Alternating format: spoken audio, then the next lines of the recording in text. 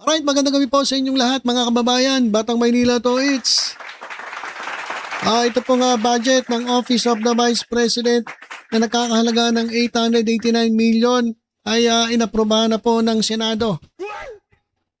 Ayan mga kababayan. So no questions asked.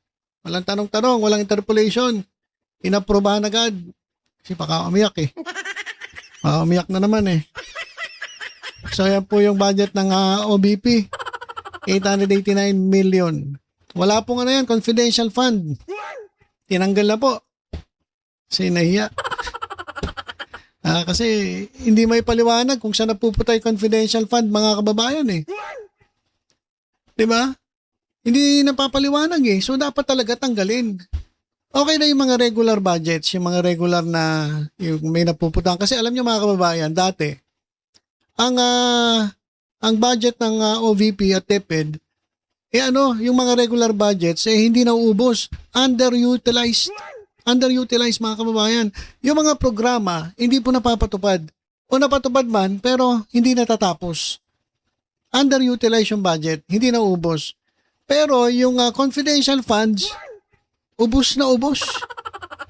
Mga kababayan, natatandaan nyo ba yung 125 million na sa loob lamang ng 11 araw ay ubos? Pero yung mga regular budget, hindi na ubos. Ibig sabihin, yun nga, underutilized. Ibig sabihin, hindi na yung programa, hindi natatapos. Diba? Hindi natatapos. Ganun po, dati. Tinanggal na yung confidential fund. Kasi, mapupunta lang kay Mary Grace Piatos. Mapupunta lang kay Kokoy Villamin. Mapupunta kay kay Marian Rivera. Walang nga pati si Marian Rivera nagkaroon ng confidential fund eh. Tapos si yung isang congressman. Sino ba to? Yung kalimutan ko yung pangalan. Pero yun mga kababayan, doon napupunta yung confidential funds. Kaya buti na lang, ngayon tinanggal na po. So wala nang walang matatanggap si Mary Grace Piatos at kung sino-sino man yung mga inventong mga pangalan na yan. So wala na po yan. Kaya mabilis na aprobahan itong budget ng OVP. Inaprobahan po ito ng Senado. Pakinggan natin mga kababayan yung nangyari po dyan sa hearing po. Dyan po sa hearing ng budget ng Office of the Vice President. Respectfully submit for the body's consideration the proposed new appropriations for the Office of the Vice President for fiscal year 2026 amounting to 889 million pesos. Thank you, Mr. President. Majority Leader, what is the pleasure of the body? Yes, Mr. President, there being no other reservation for interpellation, I move to close the period of interpellation on the budget of the Office of the Vice President and that the same be deemed submitted for the body's consideration. Any objection? Hearing none, the budget of the Office of the Vice President is hereby deemed submitted. 1 minute suspension.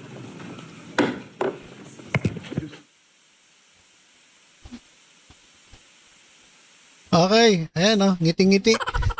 Ngiting-ngiti si Sara Duterte. Ayan mga kababayan Ngiting-ngiti si Sara Duterte dahil hindi na siya tinanong eh. Kasi hindi naman niya masasagot eh. Diba? Pag tinanong siya, ayaw naman niya sumagot eh. So para wala nang mabilisan na. Mabilisan na. Total, wala naman yung confidential fund. Sige na, aprobahan na yan. Para may magamit itong Office of the Vice President. Kahit walang ginagawa. Kahit pa-swimming lang. Ito mga kababayan, ito matindi. Si Robin Padilla. Merong post si Robin Padilla mga kababayan. Ito. Sabi ni Robin Padilla, sa dami, bigat at layo ng nararating ng ating VP para maabot ang naghihikahos nating kababayan, kulang na kulang ang budget ng OVP. So sa dami raw, ang dami raw ginagawa ng Vice President. Ang bigat daw ng trabaho ng Vice President mga kababayan. At ang layo ng nararating ng ating Vice President. Oo nga eh. Kung saan nagpupunta to mga kababayan eh. Diba iba-ibang bansa inikot na ito? Kung saan talaga nakakarating itong ating VP. Lalong-lalo na kapag panahon ng sakuna. Talaga ang layo ng nararating ng ating Vice President. Ang layo. Tapos, ang dami Ang dami ang ginagawa ng BP. Saya nakuha ni Robin Padilla yung sinasabi niya, no? Si Sir Robin Padilla, pwede po ba namin malaman kung ano po yung sinasabi niyang madami? Madami yung ginagawa ng BP at mabigat. Kasi kung mabigat, di ba dapat stress ka na. Katulad ni Secretary Vince Dizon. Ayun ang maraming ginagawa, yung sobrang bigat ng kanyang trabaho. Kasi nung pumasok siya sa DPWH, okay pa yung mukha niya eh. Ano pa, maganda pa yung buhok, guwaping pa. Ngayon, wala. Pumuti na yung buhok, halos hindi na nakakapagsuklay. Ayun ang mabigat ang trabaho. Pero yung ating BP, ano yung sinasabi ni Robin Padilla na madami, mabigat, at ang layo daw ng nararating. Para daw maabot ang naghihikahos nating kababayan. Kulang na kulang ang budget ng OVP. Ewan ko sa'yo, Robin. Baka pwedeng paki-breakdown mo nga kung ano yung mga sinasabi mo na madami, mabigat, at malayo ang nararating ng ating BP. Alam ko malayo talaga kasi sa Netherlands, saan nagpupunta iba ibang bansa. Di ba? Tapos kapag may bagyo, o merong delubyo, ano nangyari? Magsiswimming. Walang yan. Tapos, magsasalita pa si Robin Padilla ng ganito? Ha? Oh. Pero sabi niya, pero nagpapasalamat na rin ako sa kung ano ang inilaan ng Senado kaysa sa Kamara. O yan ang sabi ni Robin. Alam niyo mga kababayan, kung talagang maraming ginagawa ang Vice President, hindi tayo, kumbaga, matutuwa tayo na mabigyan siya ng malaking pondo. Yung alam niyo nung naging Vice Presidente itong si Leni Robredo, magkano lang ng budget niya? Di ba, inaharang-harang din ni Duterte, ni Rodrigo Duterte. Pero nakakapagtrabaho siya ng maayos. Ang dami nilang nagagawa. Eto, ano nagawa nito? Ha? Meron. Kapag may sakuna, may mga lindol, bagyo, at baha, nagtatrabaho yung Office of the Vice President. Pero yung Vice President, hindi makita. O, yan ang problema. Kaya, okay na yung budget. Sabi ni Robin Padilla, kulang na kulang daw. Kulang na kulang wala ang ginagawa. Diba? Okay, sana kung marami talagang ginagawa kung nakikita natin Kaso, kapag hinahanap natin, wala. Kung kailan siya kailangan, wala siya. Tapos, sasalita ka pa ng ganito. Wala talaga sa ayos to ha? Wala talaga sa ayos si Robin Padilla Ha? Masabi tuloy dito, ikaw, Robin, imulat mo mata mo. O yan. Imulat mo yung mata mo. Kasi hindi mo nakikita Iba yung nakikita mo Hindi ko alam kung saan niya nakukuha itong mga sinasabi niya. Sa dami, bigat ng trabaho at layo ng nararating ng ating VP para maabot ang naghiikaos nating kababayan, kulang na kulang ang budget ng OVP. Grabe, Grabe yung nila sa mga Duterte, lalo na to si Robin. Grabe yung yung sampalataya nila. O lalo na ni Robin dyan kay BP. Kasi, alam nyo na, yan kasi ang tumulong kaya siya nanalo At mukhang sa 2028, mukhang tatakbo pa uli mga kababayan, mag-isip-isip kayo Mag-isip-isip kayo kung tatakbo uli. Etong si Robin Padilla sa 2028. Ako, isip-isip mga kababayan, isip-isip. Kulang pa raw yung budget ng OBP dahil nga daw ang dami raw ginagawa ng Office of the Vice President. Dami raw ginagawa ni BP Sara. Ang bigat daw ng trabaho ni BP Sara at ang layo ng nararating ng ating BP Sara.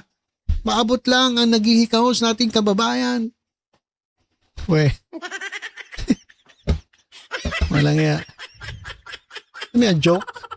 Nagjo-joke ka ba? Ito ang nagtatrabaho. Ayan ang nagtatrabaho. Ito si Presidente Bongbong Marcos kasama ni Yorme Isko Moreno. Sabi nga dito, true leaders don't compete, they collaborate. Oh. Diba? Ito si tingnan ninyo mga kababayan. Noong panahon ng eleksyon, si VP Sara Duterte ang kasama ni Yorme Isko Moreno.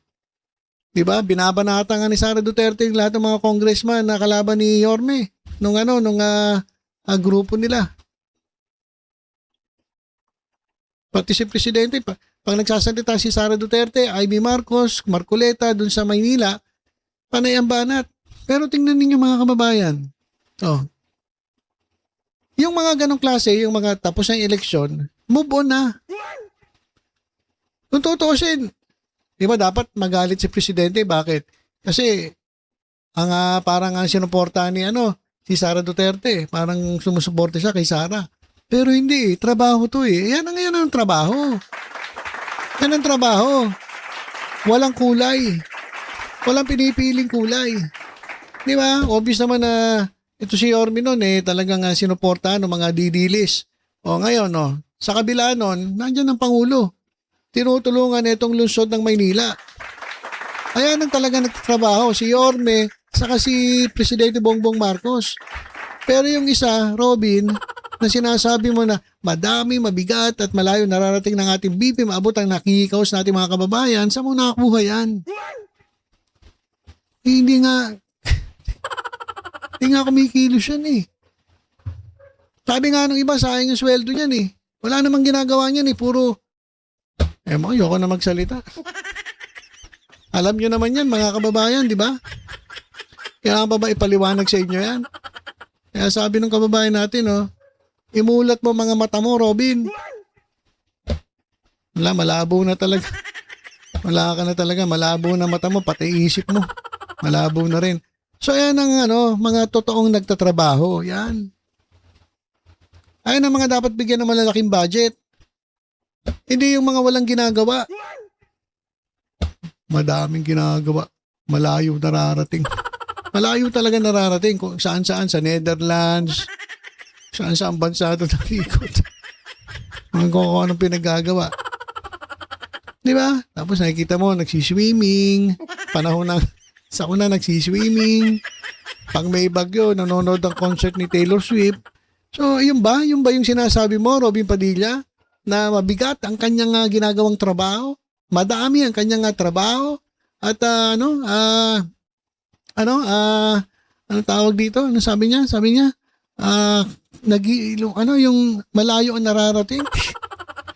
Para maabot ang naghihikaos nating kababayan. Nako, Robin. Gising-gising. Gising-gising ka. Huwag ganyan. Mukhang talagang panatikong panatiko eh.